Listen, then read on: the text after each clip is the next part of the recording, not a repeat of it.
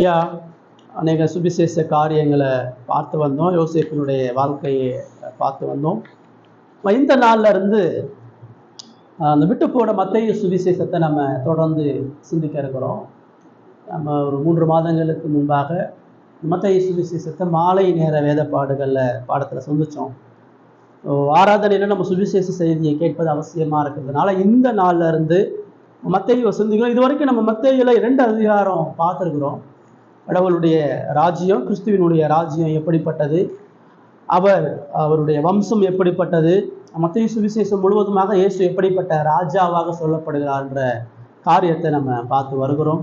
அவர் தேவ கிருபையினால் வந்த ராஜா, அவர் தேவனை கனப்படுத்தும்படியாக வந்த ராஜா, அவர் பிறப்பிலிருந்தே இந்த உலகத்தால் கனவீனப்படுத்தப்பட்ட ராஜா, அவர் பாடுகளை சந்திக்கிற ராஜான்ற காரியத்தை நம்ம முதல் 2 அதிகாரத்தில் பார்த்தோம். இன்னைக்கு நம்ம மத்தேயு 3ஆம் அதிகாரத்தை சிந்திக்க இருக்கிறோம். அதிகாரமாக சிந்திக்க இருக்கிறோம். மத்தேயு 3ஆம் அதிகாரம், இது ஏற்பாட்டு 5ஆவது பக்கத்தில்.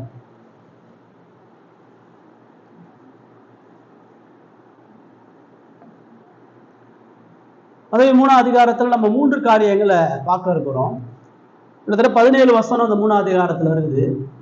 அதில் முதல் 6 வசனங்களை நம்ம இந்த ராஜாவினுடைய செய்தியாளன் எப்படிப்பட்டவன், இயேசுவ ராஜாவா நம்ம சொல்லும் பொழுது அந்த ராஜாவை பற்றிய செய்தியை சொல்லக்கூடிய அந்த தூதுவன், அந்த செய்தியாளன் எப்படிப்பட்டவன்றதை முதல் 6 வசனங்கள்ல யோவான் ஸ்நானகன் மூலமா நம்ம பார்க்கிறோம்.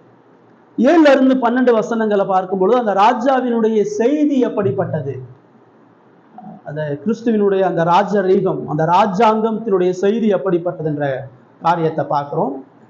13 இருந்து 17 வசனத்துல அந்த ராஜாவினுடைய நியமனம், அந்த ராஜாவினுடைய பதவி பிரமாணம் எப்படிப்பட்டது, 3 காரியங்களை இன்னைக்கு நம்ம பார்க்க இருக்கிறோம். நான் முதல் 6 வசனங்களை 3ஆம் அதிகாரத்துல வாசிக்கிறேன், அதுக்கப்புறம் நம்ம சிந்திக்கலாம். மத்தேயு 3ஆம் அதிகாரம் முதல் 6 வசனம். அந்நாட்களில் யோவான் ஸ்நானன் யூதேயாவின் வனாந்தரத்தில் வந்து, மனம் திரும்புங்கள், பரலோக ராஜ்யம் சமீபத்திருக்கிறது என்று பிரசங்கம் பண்ணினார். கர்த்தருக்கு வழியை ஆயத்தப்படுத்துங்கள், அவருக்கு பாதைகளை செவ்வை பண்ணுங்கள் என்று வனாந்தரத்திலே கூப்பிடனுடைய சத்தம் உண்டென்று ஏசாயா தீர்க்கதரிசியினால் சொல்லப்பட்டவன் இவனே. இந்த யோவான் ஒட்டகமயிர் உடையை தரித்து தன் அறையில் வார்க்கச்சையை கட்டி கொண்டிருந்தான். வெட்டுக்கிளியும் காட்டுத்தேனும் அவனுக்கு ஆகாரமாயிருந்தது. அப்பொழுது எருசலேம் நகரத்தாரும் யூதேயா தேசத்தார் அனைவரும் யோர்தானுக்கு அடுத்த சுற்றுப்புறத்தார் யாவரும் அவனிடத்திற்கு போய் எங்கள் பாவங்களை அறிக்கையிட்டு யோர்தான் நதியில் அவனால் ஞானஸ்தானம் பெற்றார்கள் என்பது. அது முதல் 6 வசனம் கிறிஸ்துவினுடைய பிறப்பை 2ஆம் அதிகாரம் சொல்லி அந்த பிறப்பில் அவருக்கு ஏற்பட்ட பாடுகளை சொல்லும் பொழுது இயேசு கிறிஸ்துவினுடைய அந்த ஊழிய நாட்கள்ல அவர் தன்னை ஊழியத்துக்கு அர்ப்பணிக்கும் பொழுது நடந்த சம்பவத்தை தான் இந்த 3ஆம் அதிகாரம் முழுமையா சொல்லுது. அதுல இந்த 6 வசனம் ஃபர்ஸ்ட் யோவான் ஸ்நானகன் எப்படிப்பட்டவர், இயேசுவுக்கு முன்னாடி ஒரு ராஜா பதவி ஏற்கிறார்னு சொன்னா அந்த பதவி ஏற்பின் செய்தியை அவர் அந்த தேசம் முழுவதுக்கு அறிவிப்பார். இன்னைக்கு ராஜா பதவி ஏற்க போறார், ராஜா இப்படிப்பட்ட நபர், ராஜாவினுடைய ராஜ்யம் இப்படிப்பட்டது அப்படின்ற செய்தியை அங்க இருக்கக்கூடிய தூதுவர்கள் மூலமாக அந்த ஆட்சிக்கு இருக்கக்கூடிய எல்லாருக்கும் அனுப்பப்படும். அப்படி இயேசு ராஜா அப்படின்னு சொன்னா அந்த ராஜாவை முன்னறிவித்த செய்தியாளன் யார், அந்த ராஜாவை பற்றிய செய்தியை இந்த உலகத்துக்கு சொன்ன நபர் யார், அதுதான் இந்த முதல் 6 வசனத்துல நம்ம பார்க்கிறோம். இந்த 6 வசனத்துல நம்ம முதல் அந்த செய்தியாளன் யார் என்கிற காரியத்துல 4 காரியங்கள் நம்ம பார்க்க இருக்கிறோம். 3 காரியங்களை 4 நாள் பார்க்க போறோம். அதுல முதல்ல அந்த செய்தியாளனை குறித்து நம்ம பார்க்கும் பொழுது அந்த வசனம் நேரடியா சொல்லுது, யோவான் ஸ்நானன் வனாந்தரத்துல வந்து. யோவான் ஸ்நானன் யாருன்றதை மத்தேயு இங்க சொல்லலை, நம்ம லூக்கால படிக்கிறோம். லூக்காவினுடைய ஆரம்பமே யோவான் ஸ்நானனுடைய குடும்பம், யோவான் ஸ்நானகனுடைய பிறப்பினுடைய மகிமையை சொல்லுது. யோவான் ஸ்நானகன் அவன் பரிசுத்த ஆவியானவருடைய பலத்தினால எலிசபெத்தின் மூலமாக கர்ப்பமாக்கப்படுகிறான். யோவான் ஸ்நானகனுடைய தகப்பன் ஆசாரியன் சகரியா, எலிசபெத் என்ற ஆசாரிய குடும்பத்துல அவன் பழகிறான். அவன் சிறு வயதிலிருந்தே ஆவியினுடைய பலத்தினால கடவுளுக்கென்று பிரித்தெடுக்கப்பட்ட ஒரு நசரேய வாழ்க்கையை அவன் வாழ்றான். அவனுடைய பெற்றோர்கள் சிறு வயதிலிருந்து அவனுடைய நோக்கத்தையும் அவனுடைய ஊழியத்தினுடைய காரியத்தையும் சொல்லி வளர்க்கிறாங்க. அவன் வளர்ந்து வருகிற காலங்களில் இன்னும் ஆவியானவருடைய பலத்தை தரிப்பித்து கொண்டு இயேசு தான் ஊழியத்தை ஆரம்பிக்கிறதுக்கு முன்னாடி அந்த யூதேயா முழுவதும் அந்த செய்தியை வல்லமையாக கொண்டு சேர்த்த ஒரு மனுஷன். அந்த பரலோக ராஜ்யத்தினுடைய செய்தியை முன் உதாரணமாக நின்று அறிவிச்சாங்க. சவுண்டு ஒரு செய்தியினுடைய அறிவிப்பை கேட்குறான். அந்த செய்தியில தான் நம்ம பார்க்கிறோம். யோவான் ஸ்நானன் வனாந்தரத்துல மனம் திரும்புங்கள் பரலோக ராஜ்யம் சமீபத்தில் இருக்கிறது என்று பிரசங்கம் பண்ணனா. அந்த செய்தியாளன் யார் என்று பார்க்கும் பொழுது அவன் முதலாவது மனம் திரும்புதலையும் தேவ ராஜ்யத்தையும் பிரசங்கிப்பவன். முதல் விஷயமே யோவானை பத்தி மத்தையா தான் சொல்றாரு. அது அனுப்பப்பட்ட செய்தியாளன் இயேசுவினுடைய ராஜ்யத்தை அவன் சொல்லணும்னு சொன்னா அவன் மனம் திரும்புதலை சொல்றான். மனம் திரும்புதலையும் பரலோக ராஜ்யத்தையும் சொல்லாதவன் ஒரு பொழுதும் தேவனது செய்தியாளனாக இருக்க முடியாது. இயேசுவினுடைய செய்தியை ஒருத்தர் இந்த உலகத்துக்கு சொல்றான்னு சொன்னா, இயேசுவினுடைய ராஜ்யத்தை பத்தி ஒருத்தர் இந்த உலகத்துக்கு சொல்லணும்னு சொன்னா அவன் முதல்ல மனம் திரும்புதலை சொல்லணும். வேதத்துல கடவுள் பழைய ஏற்பாட்டிலிருந்து புதிய ஏற்பாடு வரைக்கும் வரலாறு தோறும் சுவிசேஷம்னு சொன்னாவே முதல் செய்தியா மனம் திரும்புதெல்லாம் சொல்றார். பைபிள்ல கடவுள் வாயை திறந்து பேசின முதல் வார்த்தை எது? ஆதியாகமம் 3ஆம் அதிகாரத்தை தான் நம்ம பார்க்கிறோம். ஆதாம் பாவம் வீழ்ந்த உடனே கடவுள் முதல்ல பேசுறார். முதல் 2 அதிகாரத்துல கடவுள் என்ன செஞ்சான்னு மோசே எழுதுறார். அவர் வார்த்தையில சொன்னாரு, பூமி வந்துச்சு, உலகம் வந்துச்சு, மரங்கள் வந்துச்சு, மனுஷனை படைச்சான்னு சொல்லிட்டு ஆதாம் பாவத்துல விழுந்தோன்னு கர்த்தர் ஆதாமை நோக்கி, ஆதாமே நீ எங்கே இருக்கிறாய்? வேதத்திலே கடவுள் வாயை திறந்து முதல்ல சொன்ன செய்தியே மனம் திரும்புதலின் செய்தியா. ஆதாம் நீ எங்க இருக்கிற, நீ எப்படிப்பட்ட பாவத்துல விழுந்திருக்கிற, உன்னுடைய வீழ்ச்சியினுடைய நிலை என்ற செய்தியை சொல்றார். அதுக்கடுத்து காயின்ட்ட கடவுள் மனம் திரும்புதலின் செய்தியை சொல்றார். அதுக்கடுத்து நோவா அந்த அழிந்து போகிற ஜனங்களுக்கு மனம் திரும்புதலின் செய்தியை சொல்றான். அப்புறம் ஆபிரகாமினுடைய பிள்ளைகள் மோசே, தாவீது, பழைய ஏற்பாட்டினுடைய எல்லா தீர்க்கதரிசிகளும் சொன்ன ஒரே ஒரு செய்தி மனம் திரும்பு. ஒரு மனுஷன் இயேசுவினுடைய ராஜ்யத்துல பிரவேசிக்கணும்னா, அவன் இயேசுவினுடைய பிள்ளையா மாறணும்னு சொன்னா அவனுக்கு முதல்ல என்ன தேவை? அவனுக்கு மனம் திரும்புதல்ன்ற செய்தி தேவை. அவன் மனம் திரும்பணும். அவன் மனம் திரும்பி தேவ ராஜ்யத்தை விசுவாசிக்கணும். அவன் மனம் திரும்பி தேவன் நியமித்த அழிவில்லாத ராஜ்யத்தை அவன் விசுவாசிக்கணும். 2வது அவனை குறித்து என்ன சொல்லுது? 3-4 வசனத்துல பார்க்கிறோம். கர்த்தருக்கு வழியை ஆயத்தப்படுத்துங்கள், அவருக்கு பாதைகளை செவ்வை பண்ணுங்கள் என்று வனாந்தரத்திலே கூப்பனுடைய சத்தம் உண்டென்று ஏசாயா தீர்க்கதரிசினால் சொல்லப்பட்டவன் இவனே அப்படின்னு சொல்றான். அந்த யோவான் மனம் திரும்புதல பிரசங்கம் பண்ணா. 2வது இந்த யோவான் வேத அடிப்படையில செய்தியை அறிவித்தவன். இவன் கடவுளுடைய வார்த்தையின்படி செய்தியை அறிவிச்சவன். போய் இவனா ஏதோ ஒரு ஆவியின் தூண்டுதல்னால, ஆவியானவரால ஏவி இவனா போய் வனாந்தரத்துல போய் நின்று அந்த செய்தியை சொல்லணும். இவனை பத்தி பழைய ஏற்பாட்டுல சொல்லப்படுறாங்க. அவர் சொல்றாரு, ஏசாயா 40 அதிகாரத்துல உனக்கு குறித்து சொல்லுது.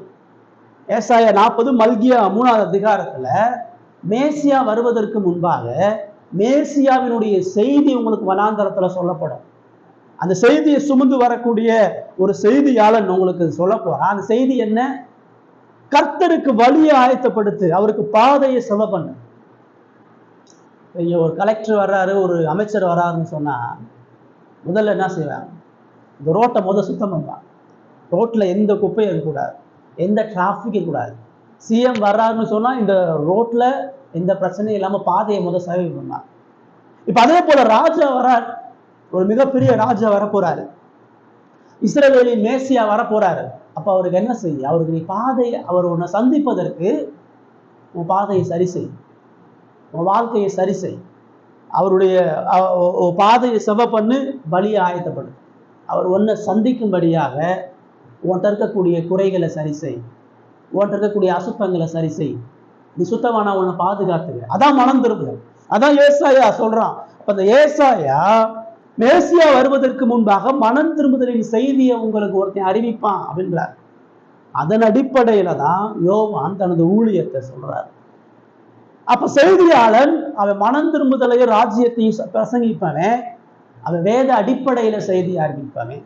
ஏசாயால சொன்னனால நான் அந்த செய்தியை உனக்கு சொல்றேன், மல்கியால என்ன பண்ணி சொல்வதனால உனக்கு நான் இந்த செய்தியை சொல்றேன் அப்படின்னு சொல்லி சொல்றான். ரைட். 4வது வசனம் அவனை குறித்து இன்னொரு விஷயம் என்ன சொல்லுது? அவன் ஒட்டகமயிர் உடையை தரித்து, அவன் அறையில் வார்க்கச்சியை கட்டி கொண்டு, அவன் வெட்டுக்கிளியும் காட்டுத்தேனையும் ஆகாரமாக கொண்டிருந்தான் சொல்லி சொல்றான். மத்தேயு. அந்த செய்தியாளன் 3வது எப்படிப்பட்டவன்? ஏன் இதை சொல்லணும்? அவனுடைய ஆடை, அவனுடைய சாப்பாடு, அவனுடைய வாழ்வியல் இடங்கள், இதெல்லாம் அவர் சொல்றார். இப்ப ஏன் இங்க சொல்றாரு? ஒட்டகமயிர் உடனா என்ன? வனாந்தரத்துல அநேக குதிரைகள், கழுதைகள், அநேக பாலைவனமா இருக்கிறதுனால ஒட்டகம்லாம் மரிச்சு போயிடும். அப்ப மரித்து போன அந்த ஒட்டகம், அந்த ஒட்டகத்தினுடைய அந்த தோல் ஆடைகளை எடுத்து வனாந்தரத்துல உள்ளவங்க அந்த குளிருக்கும் அந்த கால சூழ்நிலைக்கு ஏற்ற மாதிரி அதை தங்க உடம்புல போத்தி வச்சுக்குவான். அப்ப இவன் ஒட்டகமயிர் தரித்தான் அப்படின்னு சொன்னா, இவன் ஆசாரியர்களை போல மெல்லிய வஸ்திரத்தை தரிச்சிட்டு இல்லை. அதான் மத்திய 11 சொல்ல வனாந்தரத்துல யோவானை பார்க்க போனீங்களே, மெல்லிய வஸ்திரம் தரித்த மனுஷனையா நீங்க பார்க்க போனீங்க? மெல்லிய வஸ்திரன்றது ஒரு விலை மதிப்பு உள்ளது. அது ராஜாக்களும் பெரிய கனத்துக்குரியவர்களும் அடையக்கூடிய ஆடை. இயேசு வாழ்ந்த காலகட்டத்துல தேவாலயத்தில் உள்ள ஆசாரியர்கள், அங்க இருக்கக்கூடிய மத குருமார்கள் எல்லாம் மெல்லிய ஆடைகள் அணிஞ்சு மக்களை விட தங்களை வித்தியாசப்படுத்தி தங்களை ஒரு பக்திமான் மாதிரி காட்டி தங்களுடைய உடைகளையும் தங்களுடைய ஆடை ஆபரணங்களையும் வித்தியாசத்தை பார்த்தாங்க. அதை பார்த்து 23 இயேசு அவங்களுடைய வெளிப்பிரகாரமான ஆடைகளை சொல்றாரு. நீ உன்னுடைய காப்பு நாடாக்களை நீ நீளமாக்கிட்ட, நீ உன்னுடைய ஆடைகள் எல்லாம் மக்களுக்கு ஏதோ பக்தியை காட்டும்படியாக செய்து கொண்டிருக்கிற. ஆனா அந்த யோவான் அப்படி கிடையாது. இந்த யோவான் கடவுளுடைய மனுஷன். இவனுடைய ஆடை ரொம்ப எளிமையானது, ரொம்ப வறுமையானது. அவன் உலகத்தினுடைய மேன்மைகளை வெறுத்தவன். அவன் உலக இன்பங்களையும் சுய மேன்மைகளையும் வெறுத்தவன்றதுதான் 3வதா சொல்றார். அவனுடைய ஆகாரம், அவன் இருக்கக்கூடிய அந்த வனாந்தரத்துக்கு இருக்கக்கூடிய வெட்டுக்கிளையும் காட்டுத்தேனையும் புசிச்சான். அவன் உணவுக்காண்டி உழைச்சி விதைச்சு, உணவுக்காண்டி ஆகாரத்தை சேர்த்து தானியத்தை சேர்த்து வச்சு அவன் வாழ்ந்த மனுஷன் கிடையாது. அவனுக்கு அனுதினமும் கிருபையா குடிக்கப்படுகிற அந்த ஆகாரத்தை உட்கொண்டு அவன் வனாந்தரத்துல, அவன் மாளிகையில வாழாம வனாந்தரமான இடத்துல அவன் வாழ்ந்தாண்ட ஒரு விஷயத்தை சொல்லார். ஒரு செய்தியாளனுடைய 3வது குணாதிசயம் என்ன? அவன் உலக இன்பங்களை வெறுத்து அவன் சுய மேன்மைகளை இழந்தார். இன்னைக்கு கிறிஸ்துவினுடைய செய்தியை, இந்த ராஜ்யத்தின் செய்தியை அறிவிக்கிறவர்கள் இப்படி இருக்கிறார்களா? இந்த ராஜ்யத்தர்களுடைய குணாதிசயம் இந்த யோவான் சானுடைய குணத்தோட ஒத்து இருக்குதா? கடைசி 5:6 அவன் எப்படிப்பட்டவன்றதை சொல்றாரு. இப்படி யோவான் வனாந்தரத்துல போய் மனம் திரும்புதலின் செய்தியை சொல்லி அவன் வேத வசனத்தின் அடிப்படையில கடவுளை வழிநடத்தி அவன் உலகத்தை வெறுத்து அவன் தன்னை தாழ்த்தி அந்த ஊழியத்தை செய்யும் பொழுது, எருசலேம் நகரத்தாரும் யூதேயா தேசத்தார் அனைவரும் யோர்தானுக்கு அடுத்த சுற்றுப்புறத்தார் யாவரும் அவனிடத்திற்கு போய் தங்கள் பாவங்களை அறிக்கையிட்டு யோர்தான் நதியில் அவனால் ஞானஸ்தானம் பெற்றார்கள். யோவானை பார்த்த ஜனங்கள், அவனுடைய செய்தியை கேட்ட ஜனங்கள், அவனுடைய பிரசங்கத்தினால பாதிக்கப்பட்டு அவனுடைய அதிகாரம் உள்ள வார்த்தையினால குத்தப்பட்டு அவனிடத்துல போய் பாவங்களை அறிக்கையிட்டு அவனால யோர்தான் நதியில ஞானஸ்நானம் பண்ணினார்கள். இப்ப 4வது அந்த செய்தியாளன் எப்படிப்பட்டவன்? அவன் ஜனங்களை பாவ அறிக்கை செய்ய வைக்கிறவன். அவன் ஜனங்களை தேவனுக்கு முன்பாக குற்றவாளிகளாக தேவனோடு ஒப்புரவாக்குறவன். அவன் ஜனங்களை தேவனிடத்தில் நடத்துகிறவன். அவன் ஜனங்களை தேவனோடு சமாதானத்துக்கு நேராக கொண்டு சேர்க்கிறவன். இதுதான் இந்த சுவிசேஷ செய்தியாளனுடைய குணாதிசயம். முதல் 6 வசனத்துல மத்தேயு நமக்கு என்ன சொல்றாரு? நீ எதிர்பார்க்கப்பட்ட அந்த யூத ராஜா, அந்த மேசியா ஒரு செய்தியாளனை உனக்கு அனுப்புனாரு. அந்த செய்தியாளனை குறித்து நீ அஜாக்கிரதையா அவனை புறந்தள்ளி அவனை நீங்க கொலை பண்ணிட்டீங்க. அந்த செய்தியாளன் கொண்டு வந்த செய்தி என்னன்றதை நீ மறந்துடாது. அந்த செய்தியாளன் எப்படிப்பட்டவன்றதை மறந்துடாது. தேவனது செய்தி அறிவிக்கக்கூடிய ஒவ்வொரு செய்தியாளனும் அவனுடைய செய்தி, அவனுடைய வாழ்க்கை முதலாவது மனம் திரும்புன்னு சொல்றாங்க. மனம் திரும்பினா எதை விட்டு மனம் திரும்பணும்? அவன் பாவத்தை விட்டு மனம் திரும்புன்னு சொல்றாங்க. அது மனம் திரும்புதலினுடைய செய்தியையோ பரலோக ராஜ்யத்தினுடைய செய்தியா இன்னைக்கு இருக்குதா? இன்னைக்கு சபை இல்லை. திண்டுக்கல்ல பல சபை இருக்குது, தமிழ்நாடு முழுவதும் திருச்சபை இருக்குது. இந்த திருச்சபையினுடைய செய்தியில, இந்த திருச்சபையினுடைய செய்தியாளர்களா, ஊழியக்காரர்களா, போதகர்களா சபையில இருக்கிறவங்க கடவுளுடைய செய்தியை சபை மக்களுக்கு சொல்லும் பொழுது மனம் திரும்புதலின் செய்தியை சொல்றாங்களா? ஜனங்கள் பாவத்துல இருக்கிறான், ஜனங்கள் கடவுளுடைய கோபத்துல இருக்கிறான், ஜனங்கள் தேவனுக்கு சத்துருவா இருக்கிறான். அதனால அவன் பாவ வழிமுறைகளிலிருந்து மனம் திரும்பணும். அவனுடைய பாரம்பரியம், கலாச்சாரம், சொந்த இருதயத்திலிருந்து அவன் மனம் திரும்பணுன்ற செய்தி சொல்லப்படுதா? அவனுடைய வாழ்க்கை சரியில்லை, அவன் தேவனுக்கு எதிரியா இருக்கிறான், அவன் பாவத்துக்கு அடிமையா இருக்கனால தேவ கோபம் அவன் மேல இருக்குது, அவன் மனம் திரும்பணுன்ற செய்தி எங்க சொல்லப்படுது? மனம் திரும்புதல் செய்தி எங்க இருக்குதோ அங்கதான் சரியான செய்தியாளர் இருக்கிறான்னு அர்த்தம். சொல்லப்படக்கூடிய செய்தியில வேத வசனங்கள், வேத அடிப்படையில் அந்த செய்தி இருக்குதா? யோவான் சுயமா எதையும் செய்யல, யோவான் புதுசா எதையும் உண்டு பண்ணல. ஏற்கனவே வேதத்துல சொல்லப்பட்ட வழிமுறையை கை கொண்டு அந்த ஜனங்களுக்கு அந்த செய்தியை கொண்டு போய் சேர. இன்னைக்கு ஒரு கடவுளுடைய ஊழியக்காரன் சொன்னா அவனுக்கு இந்த 4 கேரக்டர் இருக்கும், அவனுக்கு இந்த 4 குணாதிசயம் இருக்கும். அவன் கடவுளுடைய செய்தியில மனம் திரும்புதலை சொல்றானே, அவன் பரலோக ராஜ்யத்தை சொல்றானே, அவன் வேத வழிமுறைகளின்படி சத்தியத்தை சொல்றவன், அவன் உலக இன்பங்களை வெறுத்து அவன் சுய மேன்மைகளை இழந்து வாழ்றான். அவன் பொருளாசைய பகட்டா வாழ்றவன் கிடையாது. இப்ப சபைக்கு போங்க, சபையில சொல்லக்கூடிய அந்த செய்தியாளர்களுடைய உடைய பாருங்க. ஒன்று ஒயிட் அண்ட் ஒயிட்டா இருப்பான், இல்லை காவியில இருப்பான், இல்லை தனக்குன்னு ஒரு விசேஷத்தை அங்கேயே வச்சுக்குவான், தனக்குன்னு ஒரு கிரீடத்தை வச்சுக்குவான், தனக்குன்னு ஒரு காப்பு நாடாக்களை வச்சுக்குவான். அவன் நான் மக்களோட நான் உயர்ந்தவன், நான் மக்களோட பரிசுத்தவான், நான் மேன்மைக்குரியவன் சொல்லுவான். அந்த வேதத்துல எங்கேயுமே ஆண்டவர் அந்த செய்தியை அவன் அப்படி அனுப்பலை.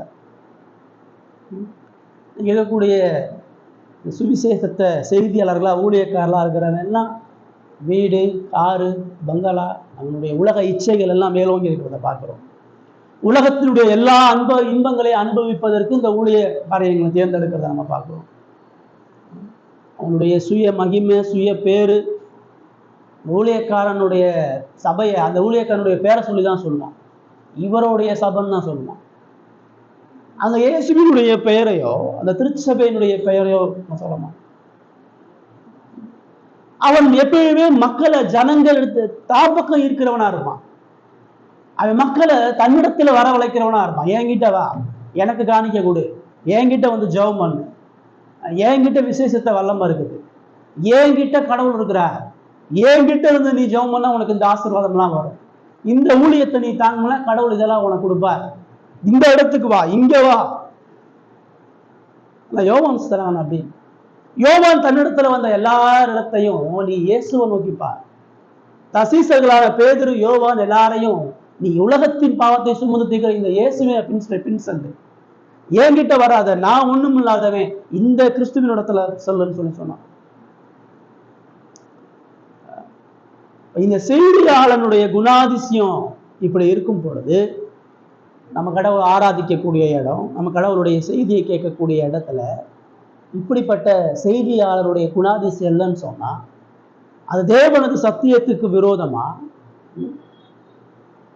இந்த தகுதிகளை கொள்ளாம இந்த தகுதியின் அடிப்படையில தான் இயேசு அப்போஸ்தலர்களை அனுப்புறார். மத்தேயு 10ஆம் அதிகாரத்துல 12 சீசர்களை ராஜ்யத்துக்கு என்று அவர் அனுப்புறார். அப்போஸ்தலருடைய செய்தி என்னது? நீ போய் மனம் திரும்புதலை பிரசங்கம் பண்ணுன்னு சொன்னார். நீ போய் என்னுடைய உபதேசங்களை அவர்களுக்கு சொல்லுவாங்க. நீ சுயமா பேசாத, நான் உனக்கு சொல்லித்தர உபதேசத்தை போய் அவர்களுக்கு சொல்லு. நீ போகும் பொழுது பணப்பை எடுத்துட்டு போகாத, தடியை எடுத்துட்டு போகாத, எங்க புசிப்போம் எங்க உட்காருவோன்னு கவலைப்படாத, நீ உலகத்தை இச்சை கொண்டவனாக இருக்க விரும்பாத, நீ ஜனங்களை கடவுளோட ஒப்புரவாக்கு, நீ ஜனங்களை நித்திய ஜீவனுக்கு ஏதுவா நடத்து. இதுதான் அப்போஸ்தலர் நடவடிக்கைகள் முழுவதும் வாசிக்கிறோம். பேதுரு இதைத்தான் பிரசங்கம் பண்றான், பவுல் இதைதான் பிரசங்கம் பண்றான். அப்போஸ்தலருடைய வாழ்க்கை முழுவதுமாக இந்த மனம் திரும்புதலின் செய்தி இருந்தது. அவர்களுடைய ஆலோசனைகள் எல்லாம் வேதபூர்வமா இருந்தது. அவர்கள் தங்களுக்கென அதிகாரத்தை அப்போஸ்தல அதிகாரத்தை பயன்படுத்தி அவங்க சுகபகமா வாழல. அவங்க கிராமங்கள் தோறும் பட்டணங்கள் தோறும் அடிகளையும் வலிகளையும் காயங்களையும் ஏற்படுத்தி இந்த உலகத்துக்கு எதிராக பாரம்பரியத்துக்கு எதிராக அவர்கள் போராடினார்கள். அவர் புறஜாதிகள் மக்கள் மத்தியில போய் செய்தியை சொல்லு, நீங்க ஜீவனுள்ள தேவனிடத்துல மனம் திரும்புங்கள் என்கிற செய்தியை சொன்னார். இன்னைக்கு ஒருத்தன் தானே ஊழியக்காரன் சொல்றானா, இன்னைக்கு ஒருத்தன் சுவிசேஷகன் தானே சொல்றானா, நான் கடவுளுடைய செய்தியை சொல்லக்கூடிய ஒரு செய்தியாளன் சொல்றானா, அவனுக்கு இந்த 4 குணாதிசயம் இருக்குதான் நம்ம பார்க்கணும். அவனுடைய செய்தியில மனம் திரும்புதல் தேவ ராஜ்யம் இருக்குதா? அவனுடைய செய்தி முழுவதுமாக வேத வசனத்தின் அடிப்படையில இருக்குதா? அவனுடைய செய்தியும் அவனுடைய வாழ்க்கை முதல்ல அந்த செய்தியால மாற்றப்படுகிறதா? யோவான் மக்களை மனம் திரும்ப சொல்லிட்டு அவன் இஷ்டத்துக்கு வாழல. மனம் திரும்புதல அவன் வாழ்க்கையில வெளிப்படுத்தினா. அவன் ஆலயத்துல இல்லை, அரண்மனையில இல்லை, அவன் வனாந்தரத்துல வந்து நின்னா. அந்த செய்தி முதலாவது என்னை பாதித்திருக்குதுன்றதை காட்டினான். அவனுடைய உணவு உடை எல்லாத்தையும் வெறுத்தான். இதான் நம்ம எபிரேயர்ல 11ஆம் அதிகாரத்துல மோசேயை பார்க்கிறோம். அவன் எகிப்தினுடைய பாவ சந்தோஷங்களை வெறுத்து அவன் தேவ ஜனங்களோடு பாடுபடுகிறத தெரிந்து கொண்டான். எகிப்துல இளவரசனா இருந்துகிட்டு இஸ்ரவேலை மீட்கணும்னு அவன் விரும்பல. அவன் வனாந்தரத்துல வந்து அந்த அடிமையுள்ள ஜனங்களோட தன்னை அடையாளப்படுத்தி அந்த அடிமையுள்ள ஜனங்களுக்கு கடவுளுடைய சத்தியத்தை சொல்லி அவன் சுய மேன்மைகளை இழந்து, பதவியை இழந்து, தனது எல்லா ஐஸ்வர்யங்களையும் இழந்து தேவனிடத்துல வழிநடத்தினவனாக இருந்தான். இந்த தகுதி இல்லாதவனை நம்ம போதகன் சொல்றது சரியா? இந்த தகுதி இல்லாதவனை ஊழியக்காரன் சொல்றது சரியா? இந்த தகுதியே இல்லாத ஒருத்தன் அவன் கடவுளுடைய மனுஷன், அவனும் கடவுளுடைய ஊழியக்காரன் அப்படி சொல்ல முடியும்? அவன் திருடன், அவன் பொய்யன், அவன் சுவிசேஷத்துக்கு விரோதி. இதைதான் பரிசேயர்கள் பண்ணான், இதைதான் வேதப்பாரர்கள் பண்ணாங்க. இதே பைபிளை வச்சிருந்து இந்த சுவிசேஷத்துக்கு அவர்கள் தடை கற்களா இருந்தாங்க. யோவான் ஸ்நானகன் அவர்கள் புறம்பாக்குனாங்க, இயேசுவை அவங்க புறம்பாக்குனாங்க, அப்போஸ்தலர்கள் அவர்கள் புறம்பாக்குனாங்க. இப்ப சத்தியத்தை குறித்து நமக்கு தெளிவான புரிதல் இருக்கணும். எது சபை, எது சத்தியம், எது சுவிசேஷம், எது சுவிசேஷ செய்தியாளர், எது திருச்சபை என்று புரிதல் இருக்கணும். அவங்களும் இயேசுவை தான் சொல்றாங்க, அவங்களும் வேத வசனத்தை தான் சொல்றாங்க, அவங்களும் இதே காரியத்தை தான் சொல்றாங்க. இல்ல, வேத ரெண்டையும் வெவ்வேறா பிரிக்கிறீங்க. ஆண்டவர் தெளிவா சொல்றாரு, இயேசுவ ராஜாவா நீ சொல்லணும்னு சொன்னா அந்த செய்தியாளனுடைய வாழ்க்கை முதலாவது மனம் திரும்புதலுள்ள வாழ்க்கையாக இருக்கும். 2வது 7 இருந்து 12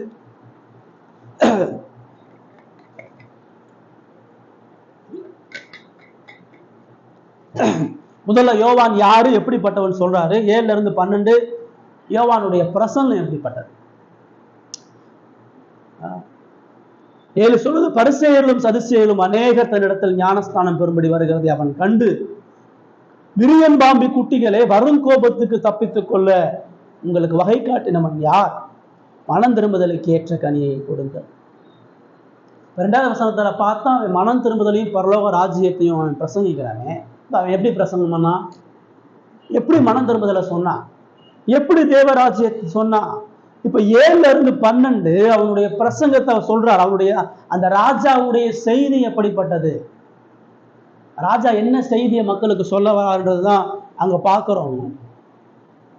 முதல்ல அவன் அந்த பிரசங்கம் பண்ணிட்டு இருக்கும் பொழுது திரளான ஜனங்கள் அந்த அந்த பிரசங்கத்தினால பாதிக்கப்பட்டு இருதயம் குத்தப்பட்டு திரள் கூட்டமா போறாங்க. அப்ப அங்க இருக்கக்கூடிய மத தலைவர்கள், பரிசேயர்களும் வேதபாரகர்களும் பார்த்து, என்னடா நிறைய கூட்டம் வருது முன்னாடி போகுது, திரள் மக்கள் கூட்டம் எப்படி அவனை தேடி போகிறதுன்னு சொல்லி அவனை யோவான் ஸ்நானகனை பார்க்க வர்றாங்க. அவன் வனாந்தரத்துல அவனுடைய ஆடை எல்லாம் எளிமையான ஆடையா ஜனங்களுடைய பாவத்தை கண்டித்து உணர்த்துற செய்தியை கேட்டு அவர்களும் தேவ பக்தி உள்ளவர்களா, அவர்களும் கடவுளுடைய பிள்ளைகளா, அவர்களும் நாங்களும் கடவுளுக்காக இதே பணியை செய்யதான் வந்திருக்கிறோம்னு சொல்லி அவங்க யோவான் ஸ்நானன் இடத்துல வந்து ஞானஸ்தானத்தை கேட்டாங்க. நாங்களும் பாவம் ஒத்துக்கிறோம், உண்மையாகவே நாங்களும் கடவுளுடைய கோபத்துக்குள்ளதான் இருக்கிறோம், எங்கிட்டையும் பாவம் இருக்குது, எங்க பாவம் ஏதாவது நாங்கள் கடவுள்கிட்ட அறிக்கை எடுக்கிறோம், எங்களுக்கு ஞானஸ்தானம் கொடுங்கன்னு சொல்லி யோவான் ஸ்நானகன்ட்ட வருகிறாங்க. இப்போ யோவான் ஸ்நானகன் பார்க்குறான். யோவான் ஸ்நானகன் பார்த்து, ஆகா நீங்களே வந்துட்டீங்களா, ஆலய பணியில வேலை செய்யற பரிசேயர்களே வந்துட்டீங்களா, வாங்கன்னு சொல்லி ஞானஸ்தானம் கொடுத்தாங்க. நீங்களே மனம் திரும்பிட்டீங்க, நீங்களே பாவத்தை அறிக்கையிட்டீங்க, வாங்க நான் ஞானஸ்தானம் கொடுத்தானா இல்ல. அங்க பாக்குறான் என்ன சொல்றான், விரியன் பாம்பு குட்டிகளேன்னு சொல்றான். அப்படின்னா என்ன அர்த்தம்? வேதம் முழுவதும் சர்ப்பம் பிசாசோடு தொடர்பு படுத்தப்படுகிறது. சர்ப்பத்தின் பிள்ளைகள் பிசாசினுடைய பிள்ளைகள். விரியன் பாம்பு குட்டிகள்னா பிசாச போல வாழ்கிற ஜனங்களே, பிசாசினுடைய வழிகளை பின்பற்றுகிறவர்களே, ஆலயத்தில் இருந்து கொண்டு கடவுளுடைய வார்த்தையை வச்சு கொண்டு பிசாசுக்கு ஊழியம் பண்ணக்கூடிய மக்களே. இதெல்லாம் அந்த பரிசேயர்கள் ஆசாரியர்களை பார்த்து அவன் சொல்றான், வரும் கோபத்துக்கு தப்பித்துக் கொள்ள வகை காட்டினவன். கடவுளுடைய கோபம் மேல இருக்குதுன்றதை தெரிஞ்சு, நீ வாழக்கூடிய வாழ்க்கை, நீ செய்யக்கூடிய ஊழியம் தவறுன்னு தெரிஞ்சு, நீ அதுல இருந்து தப்பிக்கிறதுக்காக ஞானஸ்தானம் பெறலான்னு வந்திருக்கியா? நீ ஞானஸ்தானம் பெற்றா கடவுளுடைய கோபத்துக்கு தப்பிக்கொள்ளான்னு நினைக்கிறியா? நீ ஞானஸ்தானம் பெற்றா கடவுளோட சமாதானம் ஆயிடலான்னு நினைக்கிறியா? நீ ஞானஸ்தானத்துல முங்கி இருந்துட்டா உன் பாவம்லாம் கழுவப்படும் நினைக்கிறியா? ஒருபோது அப்படி இல்லை. அதான் சொல்றா, மனம் திரும்புதலுக்கு ஏற்ற கனிகளை கொடுங்கள்னு சொல்றான். நீ சும்மா வாயில அறிக்கைறது இல்லை. இப்போ யோவான் ஸ்தானங்கள் வந்துட்டு எல்லாரும் என்ன சொன்னாங்க, யோவான் பிரசங்கத்தை கேட்டு, ஐயா உண்மையாகவே நாங்கள் பாவத்தில் இருக்கோம் ஐயா, நாங்கள் வர இருக்கக்கூடிய இந்த தேவ ராஜ்யத்தை விசுவாசிக்கிறோம், நாங்கள் மேசியாவை நம்புறோம், எங்களுக்கு ஞானஸ்தானம் கொடுங்கன்னா எல்லாரும் பாவத்தை அறிக்கையிட்டு நதியில ஞானஸ்தானம் பெற்று இனிமேல் நாங்கள் புதுசாக வாழ போறோம், இனிமேல் நாங்கள் கடவுளுக்கு பிரியமா வாழ போறோம்னா ஞானஸ்தானம் பெற்றாங்க. அப்போ வந்த எல்லாரையும் நதியில முக்கிய அனுப்பலை. எல்லாரும் வாங்க எல்லாரும் ஞானஸ்தானம் பெற்று போங்கன்னு அவன் சொல்லலை. அவங்க வாழ்க்கையை பார்க்குறான், அவங்க வாழ்க்கையை நிதானிச்சு பார்க்குறான். உண்மையாகவே வர்றான், நான் உண்மையாகவே உனக்கு இவன் மனம் திரும்புதல் உண்மையாகவே உனக்கு நடைபெற்று இருக்கிறதா? வெறுமனே வாயில அறிக்கையிட்டு, வாயில இயேசுவை நம்பி, வாயில தன்னுடைய பாவத்தை ஒத்துக்கிட்டு, வாயில நான் கடவுளுக்கு பிரியமா சொல்றானான்னு பார்க்கலாம். இல்ல, வாழ்க்கை மாறணும். உனக்கு மனம் திரும்புதல் இருந்துருந்துச்சுன்னு சொன்னா உன்னுடைய போலியான ஊழியத்தை நீ விடணும். உனக்குள்ள மனம் திரும்புதல் இருந்துச்சுன்னு சொன்னா நீ ஜனங்களை வஞ்சித்து ஏமாத்தி பணம் சம்பாதிக்கிறத விடணும். நீ மனம் திரும்புதல் இருந்துச்சுன்னு சொன்னா உன் வாழ்க்கை என்னைய போல ஏன் கூட நீ நிக்கணும். நீ பரிசையனா வாழ்ந்து கொண்டு தேவராஜ்யத்துக்கு ஊழியக்காரனை வாழ முடியாது. நீ எப்பயும் போல மதக்கிரியைகளை செய்து கொண்டு நீ கடவுளுடைய ராஜ்யத்துக்குரியவனை வாழ முடியாது. நீ அங்க இருந்து வரணும்னு சொன்னா எல்லாத்தையும் விட்டுட்டு உன் வாழ்க்கையை மாத்திக்கணும். இப்ப மனம் திரும்புதல்ன்றது வாயின் அறிக்கை கிடையாது. மனம் திரும்புதல்ன்றது உணர்வு கிடையாது. மனம் திரும்புதல்ன்றது இருதயத்துல நம்மளா ஃபீல் பண்ணக்கூடிய ஒரு நம்பிக்கை கிடையாது. மனம் திரும்புதல் என்பது வாழ்க்கை மாற்றம். மனம் திரும்புதலுக்கேற்ற கனியை கொடு. எங்க உன் வாழ்க்கையில மனம் திரும்புதலுக்கு ஏற்ற கனி? வாழ்க்கையில எங்க மாற்றம்? நீ பழைய பாவத்தை எங்க விட்டுருக்கிற? நீ பழைய சுபாவத்துல இருந்து எங்க மீட்கப்பட்டிருக்கிற? உன் வாழ்க்கையினுடைய பேச்சு மாறி இருக்குதா? சுபாவம் மாறி இருக்குதா? உன் வாழ்க்கை முறை மாறி இருக்குதா? உன் இருதயத்தினுடைய விருப்பங்கள் மாறி இருக்கிறதா? உண்மையாகவே உனக்குள்ள மனம் திரும்புதல் நடைபெற்றிருக்குதுன்னு சொன்னா நீ சகைவு போல எல்லாத்தையும் விட்டுட்டு வர்றியா? மத்தேயுவை போல வேலையையும் சமுதாய அங்கீகரிப்பை விட்டுட்டு வர்றியா? பேதுரு யோவான போல படகுகளை தகப்பனை விட்டுட்டு நீ வர்றியா? மனம் திரும்புதல் என்பது அது கனிகள்னால இருக்கணும். அதனால நீ கனிகளை கொடு. இந்த செய்தி முதல்ல என்ன பார்க்குது? இந்த செய்தி, இந்த ராஜாவினுடைய செய்தி முதல்ல பாவத்தினுடைய மெய்த்தன்மையை கண்டித்து உணர்த்துகிறது. அது சும்மா போலியா மக்கள் கூட்டம் சேர்க்கறதல்ல, எல்லாரும் வாங்க எல்லாரும் சேர்ந்து செய்யலான்றதல்ல. அவங்களுடைய எல்லா விதமான பாவ வீழ்ச்சியையும் அவங்களுடைய போலித்தனங்களும் அவங்களுடைய இருதயத்தினுடைய ஆழமான பாவ சுபாவத்தை சுட்டி காட்டுறது. அதான் அந்த செய்தியினுடைய முதல் விஷயம். மனம் திரும்புதலை குறித்து யோவான் ஸ்நானகன் தன்னிடத்துல வந்த ஆயக்காரர்கள், தன்னுடையத்தில் வந்த துன்மார்க்கமான பரிசேயர்கள், ரோம அதிகாரிகள் எல்லாருக்கும் என்ன சொன்னான்? வாழ்க்கையை நீ மாத்து, லஞ்சம் வாங்குறத நிறுத்து. நீ திருடனா இருந்தா இனிமேல் திருடக்கூடாது. நீ கோபக்காரனா இருந்தா இனிமேல் கோபப்படக்கூடாது. நீ கடவுளுக்கு எதிராக செஞ்ச எல்லா பாவத்தையும் விட்டு மனம் திரும்பலன்னு சொன்னா நீ ஒரு பொழுதும் தேவராஜ்யத்தில் இருக்க முடியாதுன்ற ஒரு செய்தியை சொல்றான். 9வது வசனம் வாசிங்க.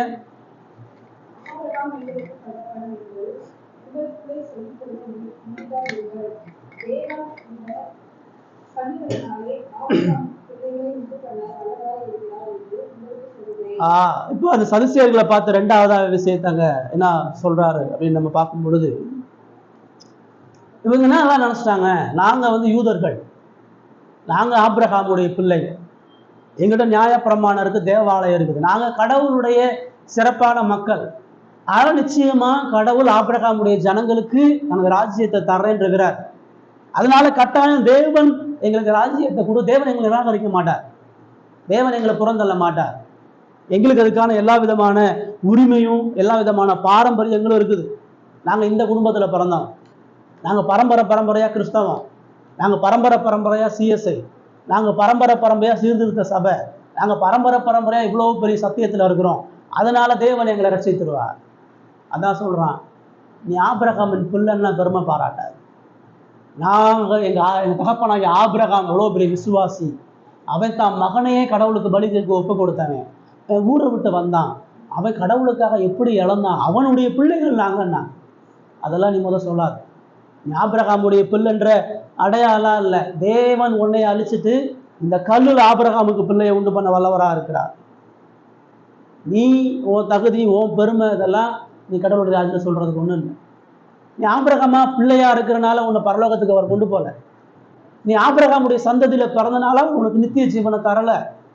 ஸோ எல்லா விதமான மனித பெருமைகளையும் மனித பாரம்பரியங்களையும் மனித மேட்டுமைகளையும் கடிந்து கொள்ளுதல், மனிதனை மட்டுப்படுத்துறது, மனிதனை தாழ்மைப்படுத்துறது, மனிதனை ஒன்றுமில்லாமல் ஆக்குறது தான் தேவ ராஜ்யத்தினுடைய செய்தியினுடைய அடிப்படை. மனுஷன் தன்னை குறிச்ச மேன்மை பாராட்டுறதற்கு சுவிசேஷத்துல ஒண்ணு இல்லைன்ற செய்தியை சொல்றவனா இருக்கும். அது எந்த விதமான நடுக்கமும் பயமும் அங்க இருக்கக்கூடாது. மூணாவதா பார்க்கிறோம் 10:11 10வது வசனத்தை வாசி.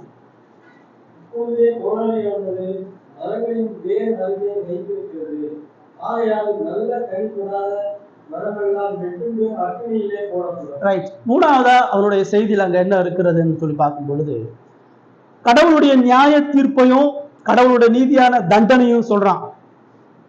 கோடரியானது மரங்களின் வேர் அருகே வைத்திருக்கிறது.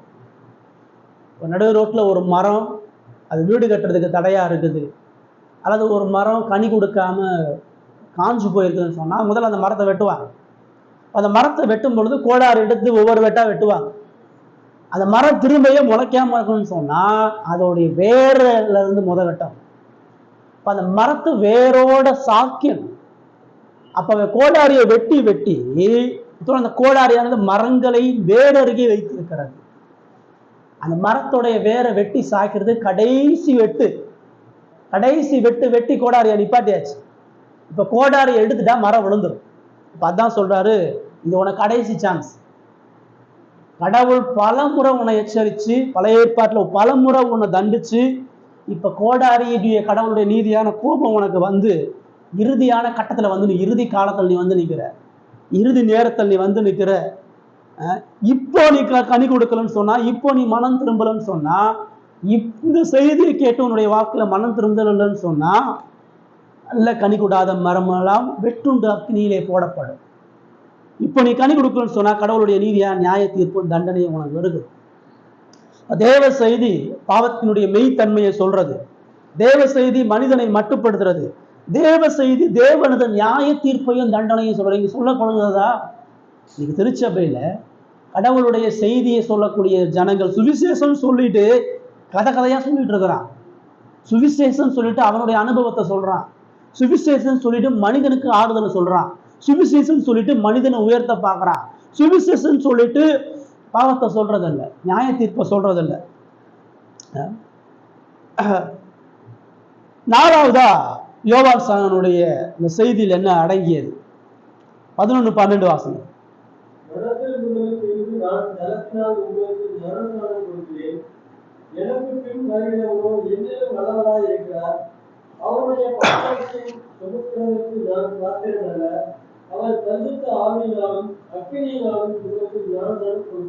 இப்ப பாருங்க 11 என்ன சொல்றாரு, நான் உனக்கு கொடுக்கக்கூடிய ஞானஸ்தானம் மனம் திரும்புதலுக்கு என்று ஜலத்தினால ஞானஸ்தானம் கொடுக்குறேன். நீ மனம் திரும்பிட்டேன்னு சொல்ற, வாழ்க்கையில மனம் திரும்புதல் காணப்படுதான்னு பார்த்து உனக்கு நான் ஞானஸ்தானம் கொடுக்குறேன்.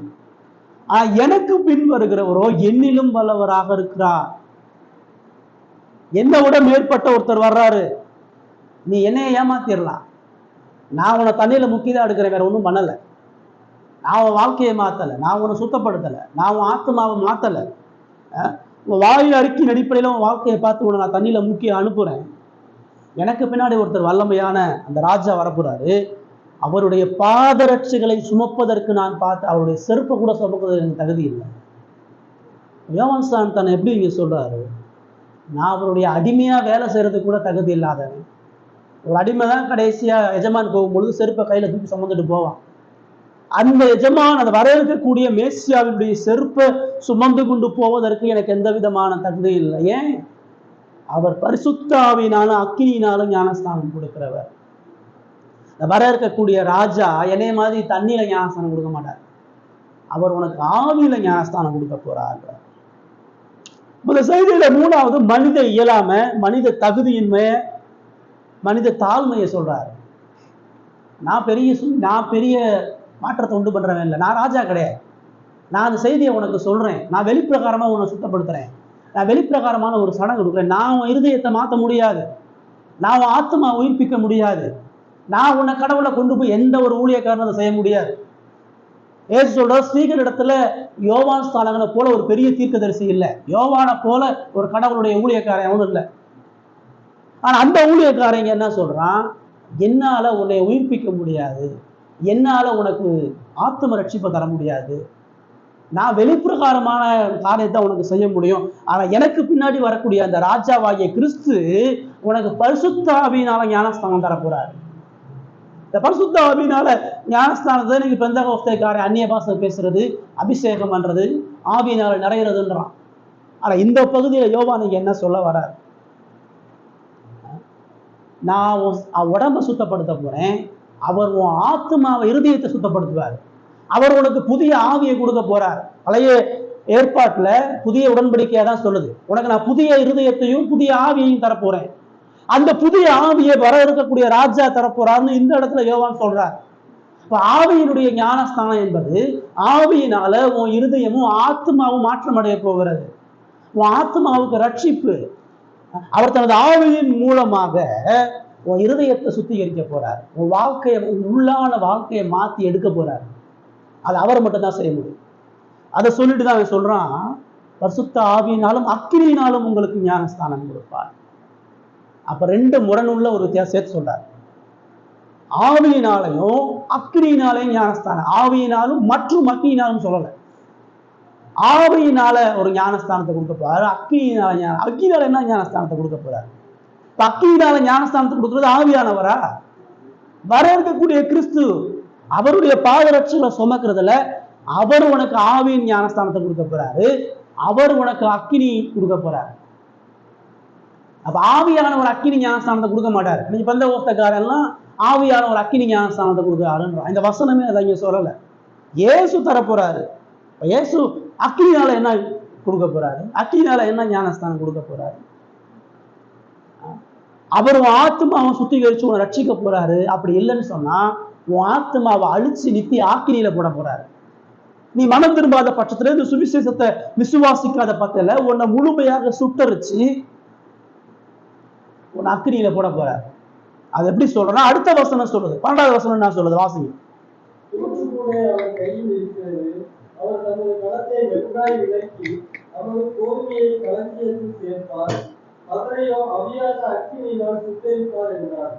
இப்ப இந்த இடத்துல வர இருக்கக்கூடிய அந்த ராஜா என்ன சொல்ல போறான்னு தெளிவா சொல்றாரு. எது ஆவியின் ஞானஸ்தானம், எது அக்கினி ஞானஸ்தானம் சொல்றாரு. தூற்றக்கூட அவர் கையில இருக்குது. கதிர்களை விதைச்சி அதை அடிச்சு கோதுமை நெல் பயிர் எல்லாத்தையும் தூற்றுக்கூட ஒரு பெரிய சொலகளை வச்சு புடப்பாங்க. காற்று அடிக்கிற இடத்துல அந்த சொலகை நீட்டி அந்த தானியத்தையும் அந்த குப்பையும் களையும்படியாக புடப்பாங்க. இப்போ அதில் இருக்கக்கூடிய எல்லா கசடுகளும் குப்பைகளும் காற்றுல பறந்து போகும். அந்த பதரெல்லாம் கீழே விழுகும். அப்போ அந்த தானியத்தை, அந்த கோதுமையை எடுத்து களஞ்சியத்தில் சேர்ப்பாங்க. இப்போ அதான் சொல்றார், தூற்றுக்கூட அவர் கையில் இருக்குது. உலகத்தில் 2 கூட்ட மக்கள் தான். ஒன்று கோதுமை, இன்னொன்று பதர். இந்த கோதுமையும் பதரும் அவருடைய கரத்துல இருக்குது. உலகத்தினுடைய மக்கள் அவருடைய கரத்துல இருக்கிறான். போலியா மனம் திரும்புறவன், போலியா ஞானஸ்தானம் பெற்றவன், போலியா கடவுளை தொழுது கொண்டவன், உண்மையா கடவுளால் மீட்கப்பட்டவன், 2 கூட்டமா அவருடைய கரத்துல இருக்குது. நியாய தீர்ப்பு நாள்ல அவரோட கையில தூற்றுவார். யார் உண்மையான தனது ஜனங்கள், யாரு கோதுமை யாரு பதறுன்றத அவரு நியாய தீர்ப்பினால காட்டுவார். அப்ப என்ன நடக்கும்? கோதுமையை களஞ்சியத்துல சேர்ப்பார். அவருடைய ஜனங்கள், கனி கொடுக்கக்கூடிய மரம், அவருக்குடைய வார்த்தைக்கு கீழ்ப்படிந்தவர்கள், அவருக்கு தன்னுடைய வாழ்க்கையை ஒப்பு கொடுத்தவர்கள், மெய்யாய் மனம் திரும்பி வாழ்க்கையை மாற்றியவர்கள் அவருடைய ராஜ்யத்தில் இருப்பாங்க. பதறையோ அக்னினா சுட்டரிப்பார். வீணா வாழ்க்கையை அழிச்சு போட்டவங்க, மனம் திரும்பாதவங்க, போலியா கடவுளை தேடினவங்க, உணர்ச்சி வசப்பட்டு கடவுளை தேடினாங்க, சுயநலத்துக்காக கடவுளை தேடினவர்களை அவர் அக்கினியில போடுவார். இதுதான் ஆவியின் அக்கினி ஞானஸ்தானம். ஆவியினால அக்கினியான ஞானஸ்தானம் கொடுப்பார்னா, கோதுமையை போல ஒரு கூட்டத்தை ஆத்ம உயிர்மீட்சியை கொடுத்து பரலோகத்துல சேர்க்க போறார். இன்னொரு கூட்டத்தை மனம் திரும்பாத இருதயம் உள்ளவர்களை அவர் அக்கினியால சுட்டகரிச்சு நித்திய தண்டனையை கொடுக்க போகிறார். அப்ப இந்த செய்தி எப்படிப்பட்டது? இந்த செய்தி ஆத்ம மீட்பையும் நித்திய வாழ்வையும் பற்றியது. நித்திய நரக ஆக்கினையும் அறிவிக்க. இதுதான் தேவராஜ்யத்தின் செய்தி. முதல்ல 6 செய்தியாளன் யாருன்னு பார்த்தோம். 7-12 அந்த செய்தி எப்படி? செய்தியில 4 விஷயம் அடைகிறது. 1, பாவத்தினுடைய மெய்த்தன்மையை சொல்லி கண்டிக்கிறது. 2வது, தேவனது நியாய தீர்ப்பையும் நீதியான தண்டனையும் சொல்றது. 3வது, மனிதனை மட்டுப்படுத்தி மனிதனை தாழ்மைப்படுத்துகிறது. 4வது, கிறிஸ்துவினால வர இருக்கக்கூடிய ஆத்ம ரட்சிப்பையும் நித்திய ஆக்கினையும் தெரிவிக்கிறது. இது இருக்குதா? இன்னைக்கு சுவிசேஷ செய்தின்னு பல செய்தியை சொல்லிட்டு இருக்கிறான். நான் பரலோகத்துக்கு போனேன், நான் இயேசுவை பார்த்தேன், என் ஊழிய அனுபவம் இப்படி இருந்துச்சு, நான் இவ்வளோ கஷ்டப்பட்டேன், நான் இவ்வளோ வியாதியில் இருந்தேன், என் வாழ்க்கையில் இவ்வளோ கடன் இருந்தது, என்னென்னமோ சொல்லிட்டு இருக்கிறாங்க.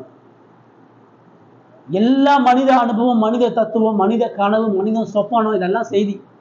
இந்த ஒரு இடத்துல யோவான் அந்த செய்தியை சொல்றானா, இயேசுவால் அங்கீகரிக்கப்பட்ட அந்த தேவ செய்தியாளர் என்ன சொல்றான்?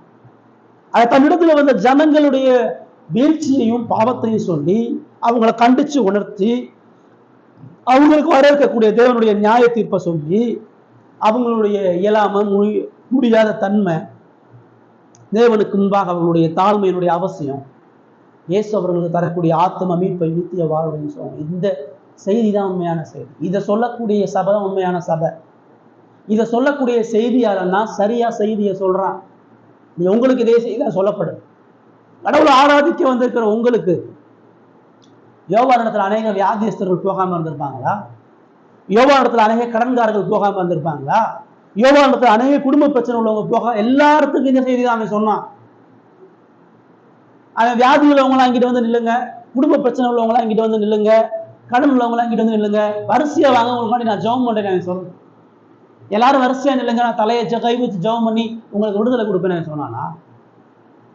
வாழ்ந்து உலகத்தில் நீ எந்த நிலையில இருந்தாலும், உன் வாழ்க்கையினுடைய பிரச்சனை எவ்வளவு உயர்வா இருந்தாலும், நீ எவ்வளவு இக்கட்டில் இருந்தாலும், நீ இந்த 4 விஷயத்தை அடியணும். முதல்ல நீ பாவத்துல வீழ்ந்து போன மனுஷன்.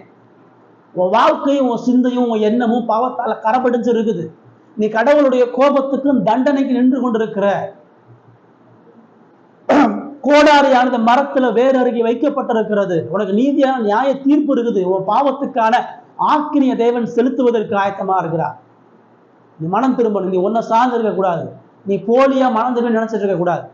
நீ கடவுள்கிட்ட உன் இருதயத்தை ஒத்துக்கொண்டு உன் வாழ்க்கையை மாற்றி அமைச்சு மனம் திரும்புதலுக்கு ஏற்ற கனிகளை கொடுத்து உன்னுடைய வீழ்ச்சியை புரிஞ்சு இயேசு உன்னுடைய வல்லமையை உணரு. இயேசு தரக்கூடிய ஆவியின் ஞானஸ்தானமாகிய மறுபிறப்பு நீ பெற்றிருக்க. இயேசு தர வேண்டிய ஆவியின் ஞானஸ்தானமான ஆத்ம ரட்சிப்பு நீ பெற்றிருக்க. உன் உள்ளான வாழ்க்கை மாற்றம் நினைஞ்சிருக்கான்னு பார்த்துக்க. இதுதான் உன் நித்தியத்துல கொண்டு போய் சேர்க்க போகுது. இதுதான் உன் வாழ்க்கையினுடைய சமாதானம். இதுதான் உன் வாழ்க்கைக்கு அவசியமான ஒண்ணுன்றத செய்தியாளர் சொன்ன.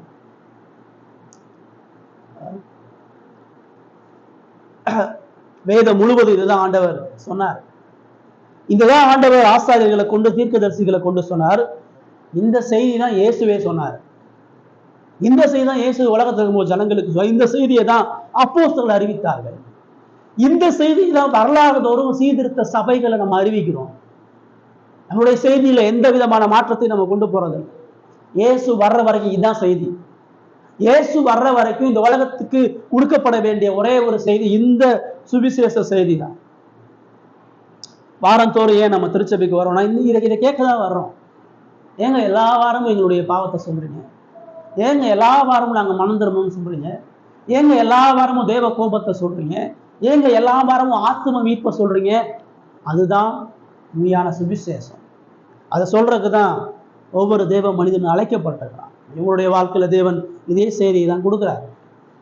நிறைய பிரச்சனை இருக்கலாம், கவலை இருக்கலாம், துன்பம் இருக்கலாம், பண கஷ்டம் இருக்கலாம், வியாதி இருக்கலாம், சஞ்சலம் இருக்கலாம், மன கஷ்டங்கள் இருக்கலாம். உங்களுக்கான தீர்வு முதல்ல நீங்க தேவனோட ஒப்புரவாகல. கடவுளுக்கு உங்களுக்கு உறவு சரியில்லை, கடவுள் உங்களிடத்துல அன்புள்ளவரா இல்லை, கடவுள் உங்களுக்கு சமாதானத்தை கொடுக்க முற்படல, கடவுள் உங்களுடைய வாழ்க்கையில் இக்கட்டு வழிகளையும் கொடுத்திருக்கிறார். காரணம் பாவம், உன்கிட்ட உண்மையான மனம் திரும்புதல் இல்லை, நீ போலியா கடவுளை தேடுற, அதுல இருந்து உன் வாழ்க்கை மாறுறத கடவுள் விரும்புகிறார். அது சரியாகும் பொழுது வாழ்க்கையில் நிம்மதி சமாதானம் உண்டுன்றத பாகுதியில பார்க்கிறோம். கடைசியா 13 இருந்து 17 இந்த பகுதியில் நம்ம பார்க்கக்கூடிய செய்தி, முதல் ராஜாவினுடைய செய்தியாளன் யாருன்னு பார்த்தோம், அந்த செய்தி எப்படிப்பட்டதுன்னு பார்த்தோம்.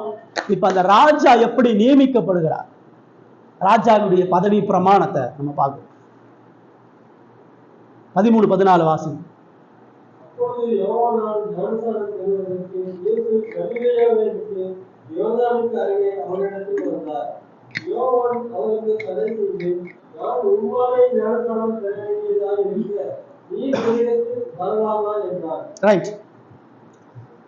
இப்ப அந்த செய்தியாளனை குறிச்சு 4 காரியத்தை பார்த்தோம், அந்த செய்தியை குறிச்சு 4 காரியத்தை பார்த்தோம்.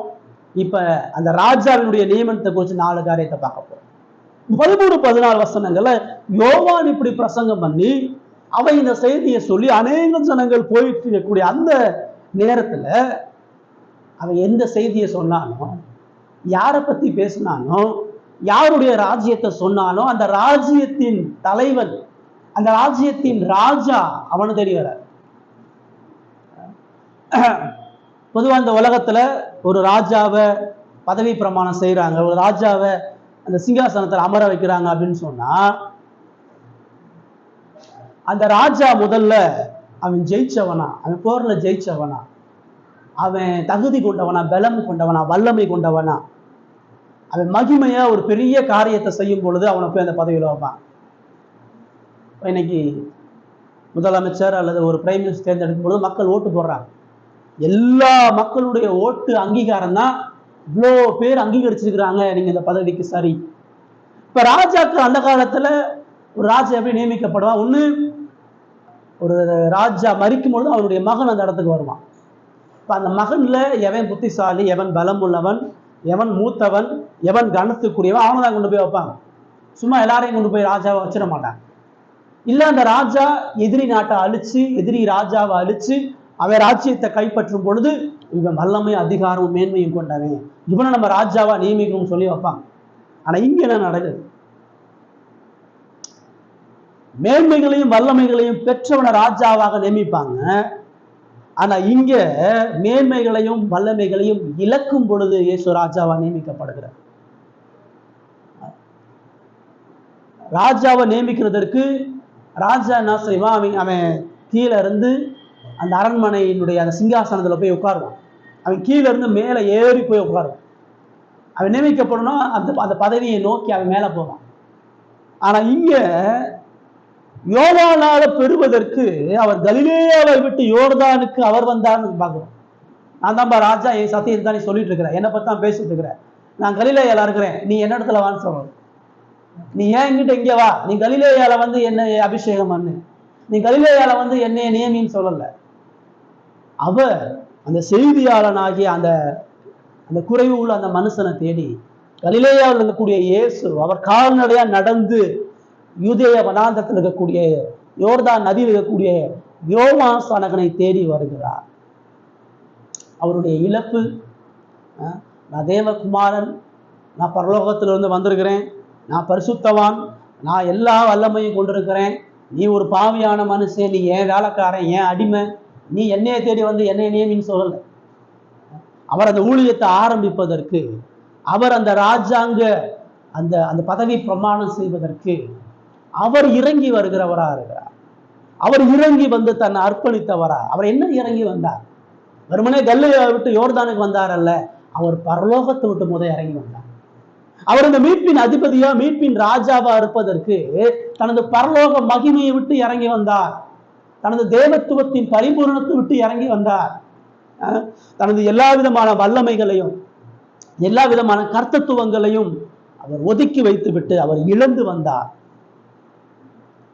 அவர் தான் உயிரை கொடுப்பதற்கும் இழந்து இந்த மீட்பின் பணியை செய்வதற்கு வந்தார். அவர் முதல் ஆளா முன்னாடி நிக்கல, நான் முன்னாடி வந்துட்டு எனக்கு ஞானஸ்தானம் கொடுன்னு நிக்கல. அவர் யோவான் இடத்துல அவர் தேடி வரார். யோவான் இடத்துல திரள் கூட்டமா நிக்கிறார். எல்லாரும் வரிசையா நின்று யோவான்ட்ட ஞானஸ்தானம் பெறுகிறாங்க. இயேசு அந்த வரிசையில போய் நிற்கிறார். அந்த பாவிகள் மத்தியில போய் அவர் நிற்கிறார். பாவிகள் எல்லாரும் பாவத்தை அறிக்கிட்டு மனம் திரும்பக்கூடிய அந்த இடத்துல போய் அவர் வரிசையில நின்று யோவானை கிட்டி சேர்க்கிறவராக இருக்கிறார். ஏன் இயேசு மற்ற எல்லாரும் பாவத்தினால ஞானஸ்தானம் பெற்றாங்க, என்கிட்ட பாவம் இருக்கு, நான் அறிக்கையிட்டு ஞானஸ்தானம் பெறுகிறேன். இப்ப இயேசுட்ட பாவமே இல்லையே, இயேசு ஞானஸ்தானம் பெற வேண்டிய எந்த அவசியமே இல்லை. அவர் பரிசுத்த கடவுளே. இப்ப இயேசுடைய ஞானஸ்தானம் என்பது பாவத்தை உணர்ந்து அறிக்கையிடக்கூடிய ஞானஸ்தானம் இல்லை. அவர் பாவிகளின் பிரதிநிதி என்பதற்காக, இந்த ஜனங்களுடைய ராஜா, இந்த ஜனங்களை மீட்பதற்காக வந்திருக்கிறேன், நான் இந்த ஜனங்களுடைய ஒருத்தன். ஒரு ராஜா ஒரு ராஜ்யத்தை பிடிக்கணும்னா அவன் அந்த மக்கள்ல ஒருத்தனா இருக்கணும், அந்த மக்களுக்கு அவனுக்கு இணக்கமான உறவு இருக்கணும். அதனாலதான் அவரு அந்த பாவிகளின் ரட்சகராக இருப்பதனால அவர்களுடைய பிரதிநிதியா அவர்களோடு இணைந்து அவர் நியமிக்கப்படுகிறத பார்ப்போம். ரெண்டாவது, இந்த ராஜா எப்படி நியமிக்கப்படுகிறார் என்று பார்க்கும் பொழுது 15வது வசனம் வாசிங்க. இப்பொழுது இடமுடு இப்படி எல்லா நீதியும் நிறைவேற்றுவது நமக்கு ஏற்றதாய் இருக்கிறது என்றார். அப்பொழுது அவருக்கு இடம் கொடுத்தார். இயேசு வரிசையில நிக்கிறாரு. யோவான் எல்லாருக்கும் ஞானஸ்தானம். இயேசுவை பார்த்தோம்னா யோவான் சொன்ன ஒரு பெரிய அதிர்ச்சி.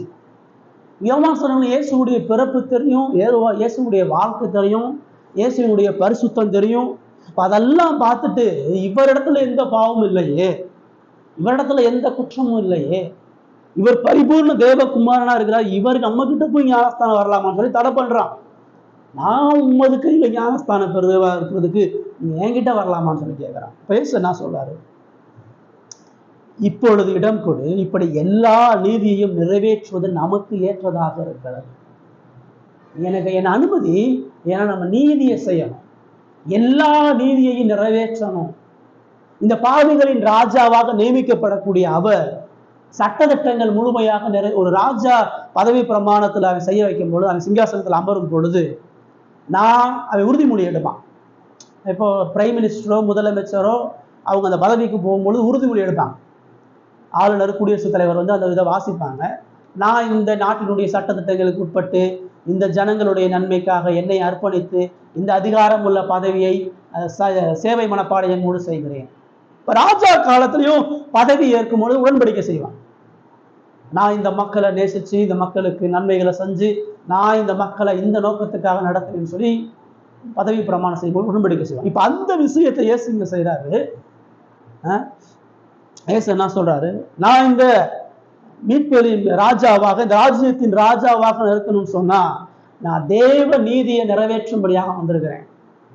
என் பாவம் இருக்கனாலதான் ஞானஸ்தானத்தை வரல, நான் கடவுளுடைய கற்பனைகளை கை கொள்ளும்படியா. எல்லா தேவ நீதி, எல்லா கடவுளுடைய சட்ட திட்டம், எல்லா கடவுளுடைய நீதி நியாயம், எல்லா கடவுளுடைய விருப்பங்கள், தேவன் நியமித்த நீதி நியாயங்களை தேவன் பாவிகள் மத்தியில, பாவிகள் கணக்குல வைக்கப்பட்ட எல்லா கணக்குகளையும் நிறைவேற்றி முடிக்க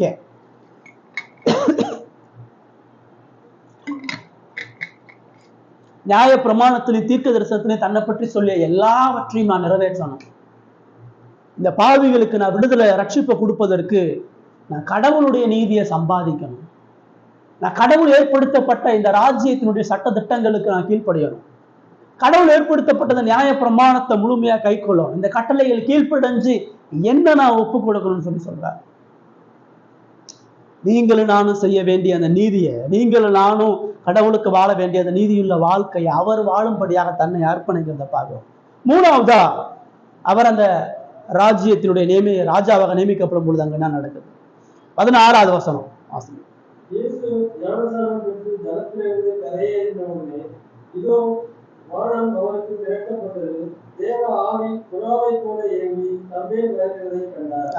இங்க ஒரு, அதாவது அந்த மத்தேயு யூதர்களுக்கு சொல்றார், ஒரு ராஜா எவ்வளவு பெரியவர், எவ்வளவு மகிமைக்குரியவர், ஒரு ராஜா எப்படி நியமிக்கப்பட்டார் நீ தெரிஞ்சுக்க. அந்த மேசியாவாகிய கிறிஸ்துவினுடைய அந்த ராஜரீக அந்த நியமனம் சாதாரணமா நடக்கல. அவர் மிகப்பெரிய மகிமையோடு அவர் அந்த ராஜ்யத்தை நிறைவேற்றுவதற்காக அது செய்யறார். இப்ப ராஜா அவன் மேன்மையை நோக்கி பலத்தோடு அவன் நியமிக்கப்படுகிறான். அவன் சட்டத்திட்டங்கள் நிறைவேற்றும்படியாக நியமிக்கப்படுகிறான். இப்ப அவன் உடன்படிக்கையை வாட்சி முடிக்கிறாங்க. ஒரு ராஜா அந்த உடன்படிக்கையை வாட்சி முடிச்ச உடனே அவன் என்ன செய்வான்னு சொன்னா அந்த முத்திரையிடுவான். அந்த சட்டத்திட்டங்களை வாட்சி அந்த காலத்துல அவருடைய முகம் படிந்த முத்திரையை இடுவாங்க. நான் இதற்கு என்னை ஒப்பு கொடுக்கிறேன் முத்திரை இடுவாங்க. இன்னைக்கு பதவி பிரமாணம் செஞ்சவன கையெழுத்து போடுவாங்க. நான் இதற்கு ஒப்பு கொடுக்குன்னு சொல்லி கையெழுத்து போடுவாங்க. அப்படி ராஜா முத்திரை போடும் பொழுது அந்த ராஜாவினுடைய கோட்டை கதவுகள், அவர் அந்த பதவியில உட்கார்ந்து அதை கையெழுத்து போடும்போது அதனுடைய அரண்மனை கதவுகள் எல்லாம் திறக்கப்பட்டு எல்லா ஜனங்களுக்கும் முன்பாக அந்த ராஜா அவன் தைலத்தால் அபிஷேகம் பண்ணப்படுவான். பழைய ஏற்பாட்டுல ஒரு ராஜாவை அப்படிதான் நியமனம் பண்ணுவான். அவன் தனது பலத்தையும் மேன்மையும் நிரூபிச்சு தனது அதிகாரத்தை ஜனங்களுக்கு முன்னாடி காட்டி அந்த சட்டத்திட்டங்கள் எல்லாம் மக்களுக்கு வாசிச்சு அதற்கு அவன் முத்திரை போடப்பட்டு அந்த சிங்காசனத்துல உட்கார்றதுக்கு முன்னாடி எல்லா ஜனங்களுடைய பார்வையில இவர் இனிமேல் நமது ராஜா, இவர் நம்மை ஆளுகிறவர், இவர் தமது பலத்தால் மேன்மையால் நம்மை ஆளுவான்னு சொல்லி ஒரு தைல குப்பி எடுத்து அவர் தலையில ஊத்துவாங்க. முழுமையாக அவரை இந்த பணிக்கென்று அவர் அபிஷேகம் பண்ணி முடிப்பாங்க.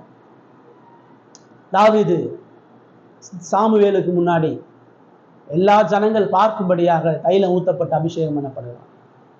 சவுல் தேவனது உடன்படிக்கையெல்லாம் வாட்சி முடிச்ச உடனே எல்லா ஜனங்களுக்கு முன்னாடி தைலத்தை ஊற்றி அபிஷேகம் பண்ணப்படுகிறார். இப்ப அந்த ஒரு நிகழ்வு இப்ப இங்கே இயேசு அபிஷேகம் பண்ணது யார்? இயேசுவ அந்த பதவியில நியமிக்க வச்சது யார்?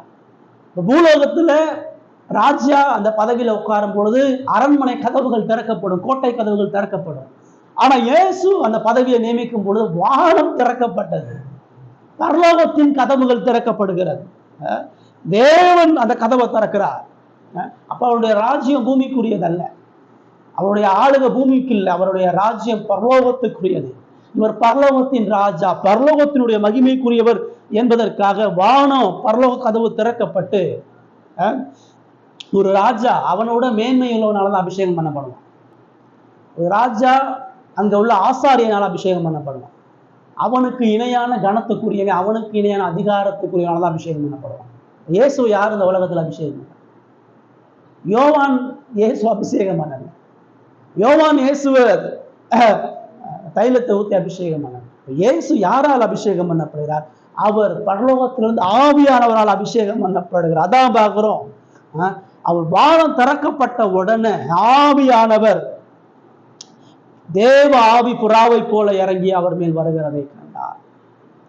பரிசுத்த ஆவியின் பலம் அவருக்கு தரிப்பிக்கப்படுகிறார். இதான் ஒரு திரும்ப லூக்கா 4 அதிகாரத்துல விளக்கப்படுத்தி சொல்றார். லூக்கா 4 அதிகாரத்துல இதை எக்ஸ்பிளைன் பண்ணி சொல்லும் பொழுது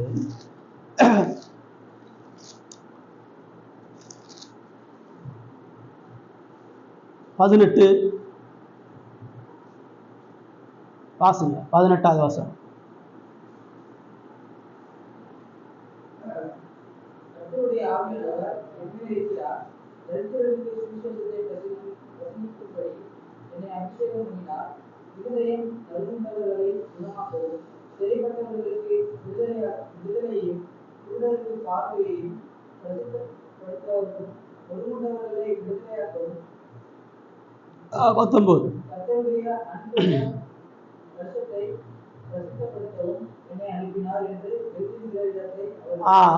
சொல்றார், கர்த்தருடைய ஆவியானவர் என் மேல் இருக்கிறார், தரித்திரருக்கு சுவிசேஷத்தை பிரசவிக்கும்படி என்னை அபிஷேகம் பண்ணினார். ஏன் வானத்திலிருந்து ஆவியானவர் புறாவை போல இயேசு மேல வந்திருந்தான்னு சொன்னா, கீழே சொல்லப்பட்ட காரியம் சுவிசேஷத்தை சொல்வதற்கு, ராஜ்யத்தை கட்டுவதற்கு, இருதயத்தின் அருங்குண்டுள்ள குணமாக்குறதற்கு, பாவத்தில் அடிமைப்பட்டவர்களுக்கு விடுதலை கொடுப்பதற்கு, குருடருக்கு பார்வையை கொடுப்பதற்கு, நொறுங்குண்டவர்களை விடுதலை பெறுவதற்கு, கடவுளுடைய ராஜ்யத்தினுடைய செய்தியை சொல்வதற்கு இயேசுவுக்கு ஆவியானவருடைய அபிஷேகம் தேவை. இயேசுவுக்கு ஆவியானவருடைய பலம் தேவை. இயேசு ஆவியானவருடைய வல்லமையை கிருபையை சார்ந்திருப்பதற்கு ஆவியானவருடைய ஒத்தாசையும் சார்ந்திருந்து அவர் இப்ப ராஜாவை அபிஷேகம் பண்றாருன்னா அப்ப அவருக்கு எதிரி விட்டாங்க. அவர் ராஜாவை அபிஷேகம் பண்ணிட்டாருன்னா அவருக்கு இப்ப யுத்தம் இருக்குது. அவரை அழிப்பதற்கும் அவருடைய ராஜ்யத்தை அசைப்பதற்கும் சத்துருக்கள் வந்து நிற்க போறாங்க. இப்ப அதை எதிர்கொள்வதற்கு அவருக்கு வேண்டிய அந்த பலம் பரத்திலிருந்து அவர் கொடுக்கப்படுகிறது. ஆவிக்குரிய யுத்தத்தை, ஆவிக்குரிய ராஜ்யத்தை கட்டுவதற்கு ஆவிக்குரிய பலம் அவருக்கு தேவை. அதனாலதான் ஆவியானவரால் அவர் அபிஷேகம் பண்ணப்படுகிறார். ஆவியானவரால் நீங்கள் நான் அபிஷேகம் பண்ணப்பட முடியாது. உங்களுக்கு எனக்கு ஆவியானுடைய அபிஷேகம் கிடையாது. இன்னைக்கு பெந்தகோஸ்தைக்காரங்க எதையும் தப்பா சொல்லிட்டு, ஆவியின் அபிஷேகம் என்பது இயேசுக்கு மட்டும்தான். அபிஷேகம் காலில் ஊத்த மாட்டாங்க, அபிஷேகம் தோல்ல ஊத்த மாட்டாங்க, அபிஷேகம் தலையில தான் ஊத்துவாங்க. தலையில ஊத்துறதுக்கு பேர் தான் அபிஷேகம். தேவ ராஜ்யத்தின் தலையா இயேசு மட்டும்தான் இருக்கிறார். கிறிஸ்துவனுடைய சுவிசேஷத்தின் ராஜாவாக அவர் மட்டும்தான் இருக்கிறார். இப்ப நான் அபிஷேகம் வரேன்னு சொன்னா இயேசுவினுடைய ராஜரீக பணியை நான் கையில் எடுக்கிறதா அர்த்தம். நான் தான் தலைன்னு நான் சொல்றேன். என்னை ஆவியாளர் அபிஷேகம் பண்ணுன்னு சொன்னா நான் தான் தலை. ஒரு ராஜ்யத்துல 2 ராஜா இருக்க முடியாது. கிறிஸ்துவுக்குள்ளாக நாம எல்லாரும் தலையோடு இருந்த சரீரமாக அவருக்குள்ளாக தான் நம்ம அபிஷேகம் பண்ணப்பட்டோம். 1 Corinthians 12 தான் சொன்னார், அவருக்குள்ளாக நம்ம அபிஷேகம் பண்ணப்பட்டிருக்கிறோம். நம்ம தனிப்பட்ட முறையில் அபிஷேகம் அல்ல. நீ பெந்தகோஸ்தே கூட்டம்லாம் நீ ஆவியில் அபிஷேகம் பெறணும், ஆவியாவோட அபிஷேகத்தால் நிறைய படணும். ஏன்னா எங்கேயுமே அதை விசுவாசிக்கு சொல்லலை, அது இயேசுவுக்கு மட்டுமே. அவர் சொல்றாரு, ஆவியானவர் என்னையே அபிஷேகம் பண்ணியிருக்கிறார். குருனுடைய கண்ணை திறக்கிறது, நறுமுண்டவன இருதயத்தை சுகமாக ஆத்ம விடுதலையை கொடுத்திருப்பதற்கு, சிறைப்பட்டவனை விடுதலை கொடுக்க, அதுக்கு தான் ஆவியின் அபிஷேகம். அந்த பணியை நீங்கள் நானும் செய்ய முடியாது. அதனாலதான் ஆவியான ஒரு புறாவை போல அவர் மேல வந்து இருக்கிறார். புறாவை போலனா சமாதானத்தினுடைய செய்தியா இருக்கிறார். 4வது 3 விஷயத்தை பார்க்கிறோம். அவருடைய நியமனம், அவர் மேன்மைகளை இழந்து நியமிக்கப்படுகிறார், தேவ நீதியை நிறைவேற்றி நியமிக்கப்படுகிறார், ஆவியால் அபிஷேகப்பட்டு நியமிக்கப்படுகிறார். 4வதா கடைசியா 17வது வசனம் வாசிங்க. வானத்திலிருந்து ஒரு சத்தம் உண்டாகி, இவர் என்னுடைய நேசகுமாரன், இவரில் பிரியமாயிருக்கிறேன் என்று உரைத்தது.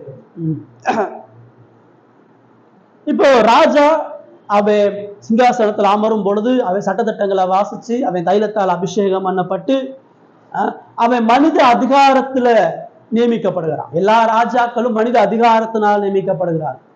தன்னை விட ஒரு பெரிய அதிகாரி உள்ள நபர்களால நியமிக்கப்படுகிறார். அதனால அவர்களுடைய ராஜ்யம் அழிந்து போகக்கூடியது. மனித அதிகாரம் உள்ள ராஜ்யம் மாறக்கூடியது. மனித அதிகாரம் உள்ள ராஜ்யம் காலத்துக்கு உட்பட்டது. மனித அதிகாரம் உள்ள ராஜ்யம் அழியக்கூடியது. எந்த ராஜாவும் நிலைத்திருக்க முடியாது. ஏன்னா அவன் இன்னொரு மனுஷனால நியமிக்கப்படுகிறான், இன்னொரு மனுஷனால ராஜாவா நியமிக்கப்படுகிறான். மனித பலங்கள் இருக்க வரைக்கும் தான் அவன் ராஜா. அவனுடைய சேனை பலமா இருந்தா அவன் ராஜாவா இருக்க முடியும். அவனுடைய படை பலத்தில் ஆயுதங்கள் இருந்தா அவன் ராஜாவா இருக்க முடியும். அவன் தனி மனிதனா ராஜாவா செயல்பட முடியாது. மனித அதிகாரமும் மனித பலமும் உள்ள ராஜாங்கத்துல எல்லா ராஜாக்கள் இருந்ததுனாலதான் அவங்க மாறி போனாங்க. எந்த ஒரு ராஜா உலகத்துல இல்ல. ஆண்ட பேரரசு எல்லாம் மாறி போச்சு. கிரேக்க சாம்ராஜ்யம், ரோம சாம்ராஜ்யம், பிரிட்டானிய சாம்ராஜ்யம் எல்லாம் ஒண்ணு இல்லாம போச்சு. எந்த ராஜ்யம் நினைத்து, ஏன்னா அது மனித ராஜ்யம். ஆனா கடவுள் அப்படி இல்லை. இயேசுவினுடைய ராஜ்யம் அப்படி இல்லை. இயேசுவினுடைய ராஜ்யம் மனித அதிகாரத்தினால உண்டாகல, அது தேவ அதிகாரத்தினால உண்டு. அதனாலதான் வானம் திறக்கப்பட்ட ஆவியானவர் வந்த உடனே நித்திய சக்கராதிபதியான பிதாவாகிய தேவன் வானத்துல இருந்து சொல்றார், இவர் என்னுடைய நேசகுமாரன், இவரில் நான் பிரியமாக இருக்கிறேன். ஏன் இந்த இடத்துல சொல்றார்? இந்த ராஜா நித்தியமானவர், இந்த ராஜா என்னால நியமிக்கப்படுறார். இந்த ராஜாவுக்கு நான் சாட்சி. ஒரு ராஜா அவன் பதவியில உட்கார 2-3 சாட்சி சொல்லணும், இவரை நாங்க ராஜாவை அங்கீகரிக்கிறோம்னு சொல்லி மூப்பர்கள் சொல்லுவாங்க. இயேசுவினுடைய ராஜ்யம் மனிதர்கள் சொல்லல, யோவான் சொல்லல, சுத்தி உள்ளவங்க சொல்லல, பிதாவாகிய தேவன் நியமிச்சு சொல்றார், இவர் என்னுடைய நேசகுமாரன், இவரில் நான் பிரியமாக இருக்கிறேன். இயேசுவினுடைய ராஜ்யம் நித்திய ராஜ்யம். இயேசுவினுடைய கர்த்தத்துவம் நித்திய கர்த்தத்துவம். எபிரேயர் 1 சொல்றது, இவருடைய ஆண்டுகள் முடிந்து போவதில்லை.